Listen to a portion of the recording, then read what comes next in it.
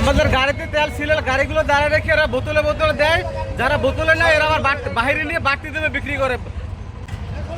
আমাদেরকে গাড়িতে তেল দিচ্ছে না, গাড়িতে দিচ্ছে 1 লিটার, কিন্তু বোতলে দিচ্ছে 5 লিটারও দিয়ে দিচ্ছি।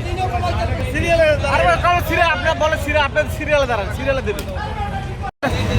তাদের কাছে কোনো সদুত্তর নেই, বলেন আপনার সিরিয়ালে দাঁড়াই থাকেন। সরকারিভাবে কোনো নির্দেশনা আমরা পাই নাই, ঠিক আছে। এখন এই পিরিজপুরের সমস্ত পেট্রোল পাম্প বন্ধ করে দিয়েছে, এটা একটু খোলা আছে, তা ভোগান্তির কোনো শেষ নাই। আমি এখানে 3 ঘন্টা হচ্ছে লাইন দিয়ে রাখছি, তেল নাই।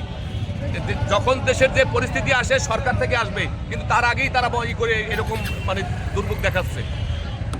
মাননীয় প্রধানমন্ত্রীর কাছে অনুরোধ করব যাতে আমার দেশে যাবে এইটা না হয়, যাতে তেল যেন মজুদ থাকে। আমরা ওই যে গাড়িতে তেল পাইতেছি না, বোতলে তেল ভর্তি করে লই যায়, কোথায় বাইরে নিয়ে বিক্রি করে বেশি দামে। সিরিয়ালে অনেকক্ষণ দাঁড়াই রয়েছে, আমরা তেল পাইতেছি না। মাঝখান থেকে সিরিয়াল ভঙ্গ করে তেল নিয়ে যাচ্ছে, বোতলে তেল নিচ্ছে, প্লাস হচ্ছে আমরা রোদ্দুর থেকে দাঁড়াই সময় দাঁড়াই তার তেল পাইছি। মানে অনেক কষ্ট করে তেল নিতেছে, এই বোতলে 200 টাকার তেল দিচ্ছে, বেশি দিতেছে না।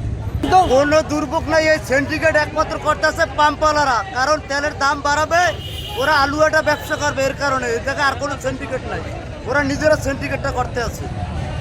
এই 2 ঘন্টার বেশি, 2 ঘন্টার বেশি দাঁড়ানো।